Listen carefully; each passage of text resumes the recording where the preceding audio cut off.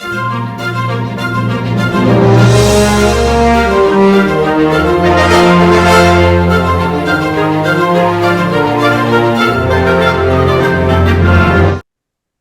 was your most memorable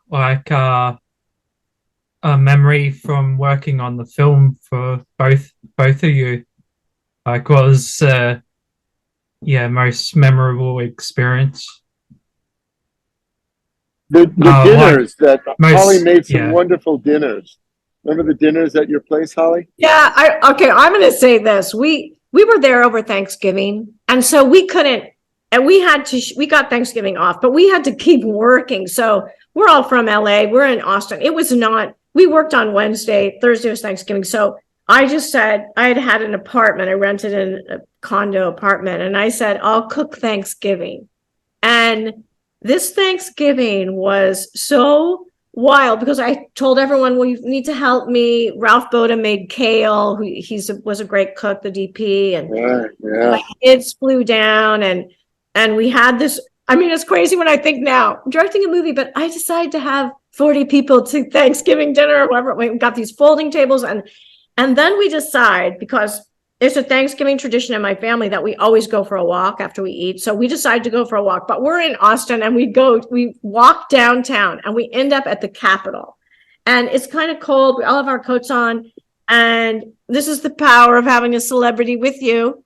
Steve was with us, and the guard was out in front, and we said, we're in town doing a movie. Most people knew we were in Austin doing a movie for Walt Disney. And he said, do you guys want to go in and see the Capitol building? And we went, well, yes. And so he opened the door, and he let us all in the Austin Capitol building, which is beautiful, and then gave us a tour. You remember that, right? Yeah, of course. Yeah, that was incredible. And the governor was the lady, right? Yeah, Ann Richards was the governor, and Ann Richards ended up, the condo I was renting, Ann Richard ended up buying that condo, and she lived there. It had a beautiful view of the Capitol.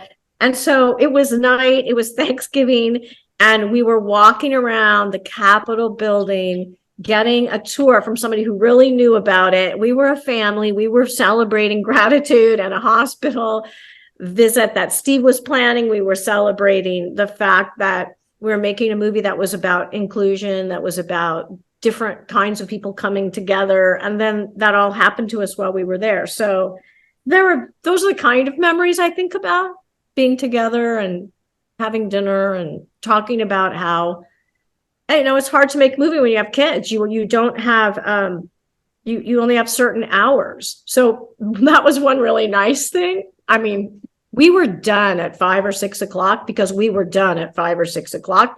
kids are in all the scenes and they can't work more hours than that. So we would go out to dinner. Remember that was that place on 6th Street, and we would go there all the time. I can't remember. Yeah. 6th Street was incredible. Wow, I remember that very well. We would go and we would get dinner, and then we'd talk about the next day and what we were going to shoot the next day and our plan for the next day. And it was a kind of easy. You're a great leader, Holly. You're a really great leader. She definitely is, for sure. Oh, Olivia entered the room. Olivia. Oh, Olivia. I haven't seen Olivia in forever. I know, right? Olivia is connecting to audio. Hi, guys. Hi. Olivia. Can you hear me? We can hear you. We can't see you though. Sorry, I'm having major Zoom problems here. Okay. Hi. Hi, Steve. Olivia. How are you in New York? Are you doing doing a play here. It's so good to see you. You look beautiful. Oh, thank you. So do you, both of you.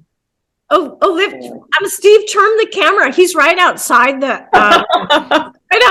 stage. He's rehearsing that. I love it. And I know you only have a certain amount of time, Steve, so I was hoping I was going to at least get to see you. Oh, I'm so glad. Steve, when you're back in LA, we have to all get together. Yes, we must. It's been Oh, that'd be lovely. And my husband is a writer, director, and he is an old friend of Olivia. He knew, that's actually how you met. Oh my face. goodness. So just to tell you a little story is that the Big Green made me so maternal working with all these amazing kids. As you know, Steve, I'm sure it brought out the paternal side in you, because we were kind of like the surrogate parents, so their parents were on the set every day, but we were in the trenches with them playing soccer and this, that, and the other, and being thespians with them. So I literally got pregnant right after that movie and invited Holly to my baby shower, in which I proceeded to trip and fall down. There was like a hole in the ground by the pool. Do you remember that? Do you remember? Okay, here's what I'm going to say. Anyway, Gary Rosen was there. I invited him. You guys fell madly in love.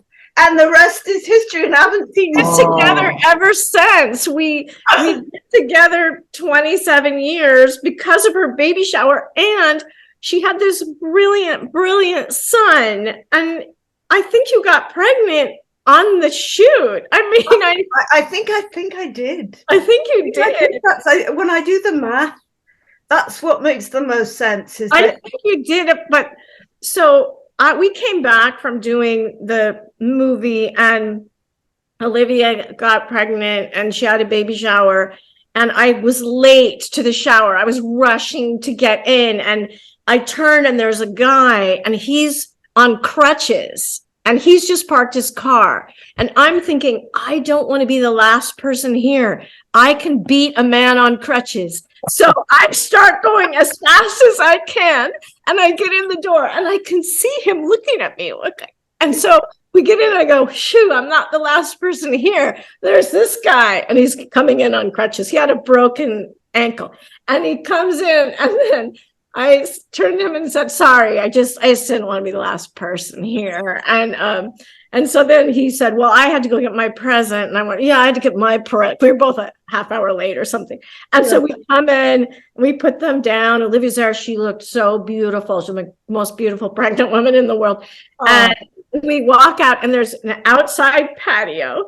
And every day in the Big Green, we start the day with a safety meeting, because it's so important for kids. And so we start the day that AD would remember Chris Stoya would get on a ladder, and he'd stand there and he'd say, today the safety concerns are, some of them were always the same, but there were fire ants. If we were outside, because there are fire ants in Texas, and with the kids, we had to be careful. And then today we're going to be using an ATV. We tell all the things. So in the back of my mind, all I care about is I have to keep these people safe. I need to keep these people safe. And it's still in my mind. Now I go to the baby shower, and I see that there's a hole, and the hole is in the patio. And so I turn to Gary, who I've just met. I don't even know him. And I went, I'm concerned about that hole in the patio. And he just doesn't know me. And he goes, well, exactly what do you want me to do about it? And I said, do you think you could move that plant that's over there and kind of try to cover the hole? And so he did. He takes this terracotta pot, he drags it, he partially covers the hole. Olivia is quite pregnant. She can't see the plant. Yeah, Free Willy City. It was like 8.5 months. My arms were like this big. She could not see the plant because I put the plant there. So she didn't know there'd be a plant there. So she trips on the plant. She falls. She goes into labor, and they have to take her to Cedars-Sinai Medical Center. But at that point, I've already left. I had to leave the party. So I've left. And then I find out Gary Rosen, who I married, I find out his telephone number by calling his agent. And I sent him a fax. There's not internet at that time. And on the fax, I said, it was really nice to meet you. Maybe we could get together at some point, keep talking. And he wrote back, yes, it was nice to meet you. And you told me to move the plant over the hole, which I did. And Olivia tripped over it and ended up in the hospital. And I couldn't believe it. I thought he was making it up. So I called him and went, that's a joke, right? And he went, oh, that's not a joke. And that's boy. That's a post Big Green story, but just as relevant to the bond that we all share, and how the magic just kept on going. Pregnancy, fertility. falling down without Holly's safety meeting. I mean, clearly, those were necessary things. Here's the great thing. Olivia Dabo is one of the best mimics I've ever met, and she can imitate anyone. Oh, really? I must ask, can you give us a live demo? Well, I have to just add to that they have to be people that I love, or that I just find totally fascinating, that I want to morph into them for that time that I mimic them. So I'm not sure. What do you? Oh, I mean, I'm just going to say this. Yeah. So we're on location. She's British. She's playing a British person. The whole thing, like I told you, is about my idea of immigration, and the story of the kids is about immigration, but she's an outsider coming in, and whatever I'm doing, directing this movie, half the time, who knew what I was doing? But Olivia, because I've spent all this time with me, no one has ever been able to do an imitation of me the way she did. And every now and then, she and Steve are with the kids, and they're off to the side, and saying something like, "That's right." So funny. Let's have our energy, and it just sounds like me. And I'm like, oh my God. She could also imitate Steve. She could imitate all the kids. Oh yeah, it's incredible. Her father is a famous musician, so I used to say that she has an ear, a musical ear, so that's why she can hear it. She can hear it.